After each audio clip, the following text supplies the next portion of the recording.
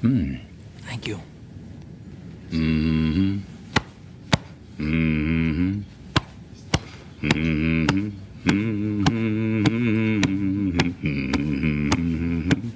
Come on.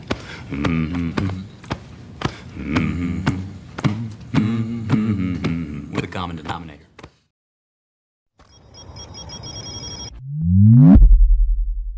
Yo habibi, nimaga charchamayapsizlar? Ishlar yaxshimi bo'lyaptimi? Sizlarga range haqida mantiqida tushuntirib bermoqchiman o'rtoqlar. Range nima? Поддержка va сопротивление уровеньlari nima? Ya'ni qanday topiladi va u narsa bizga nima uchun kerak? Xo'p, o'rtoqlar, qaranglar, bozor kelyapti.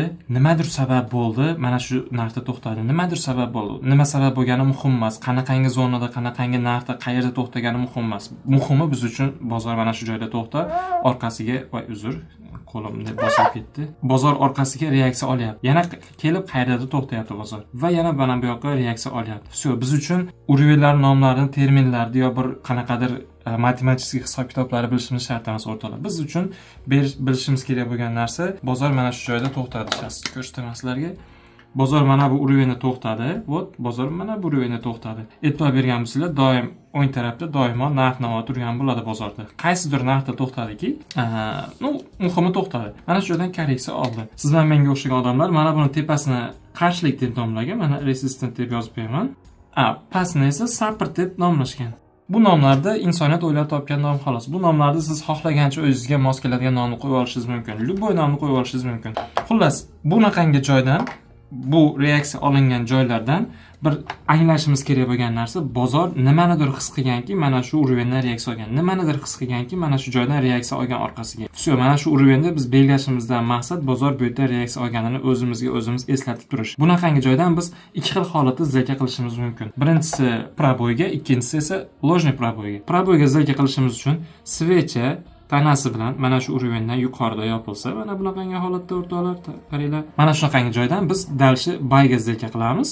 Mana yozib beraman. Bu birinchi holat. Ikkinchi holat bor o'rtoqlar. Ikkinchi holat bo'yicha biz ложный proboyga zilka qilamiz qachonki bozor mana shu urovdan, ya'ni tepaga avval ko'tarilgan va svecha yopilgunga qadar mana shu urovdan pastda yopilsa, mana bunaqangi holatda biz bu yerdan selga zilka qilamiz. Endi ikkinchi savol.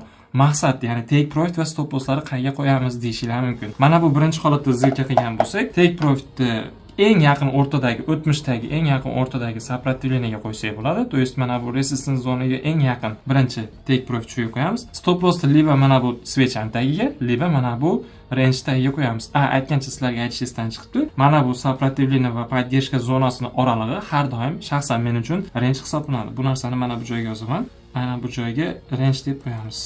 Mana bu o'rtoqlar сопротивление va поддержка zonani oralig'i range. Bozor keldi, qaytaraman, to'xtadi. Ikkita joyda. To'xtagan joylarni belgilab olamiz. Bundan maqsad bozorda reaksiya olgan urovini o'zimizga ko'rinish uchun belgilab olish. Va tasavvur qilinglar, bu HUSD, ya'ni oltin instrumenti, mana oltin instrumenti 1 soatlik time frame. 1 soatlik time frame haqida gaplashyapmiz. Struktura masalan 1 soatlik time frame uchun e'tibor beringlar. Xo'p, biz zilka qilishimiz mumkin qachonki Seldagi ham xuddi shunaqa birinchi holatda mana proboy qilib agar pastga buzib chiqsa va tanasi bilan pastda yopilsa, bu birinchi holat selga zilka qilamiz biz. Dalshi yurish uchun bu yerdan bayga zilka qilmaymiz. Bayga zilka qilishimiz uchun bozor birinchi buzib tushdi va pastga soya qo'yib, svecha yopilgunga qadar yana qaytib range kirib yopilib oldi.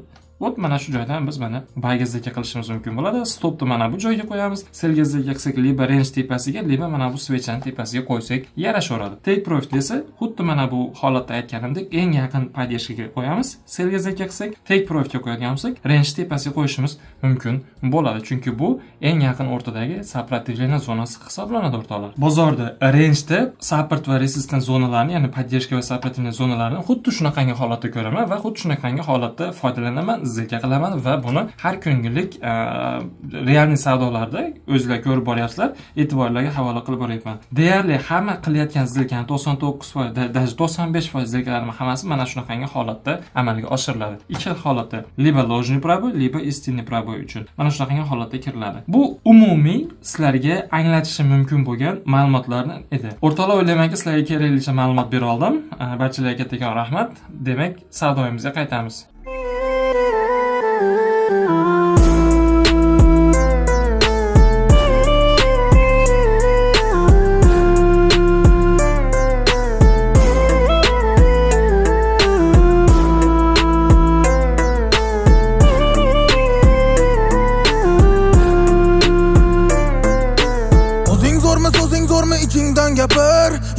ishlab uy qurasan nolima sabr. Otang qurgan imoratga maqtanish emas, o'zing so'rab xudodan gazini bosda bir.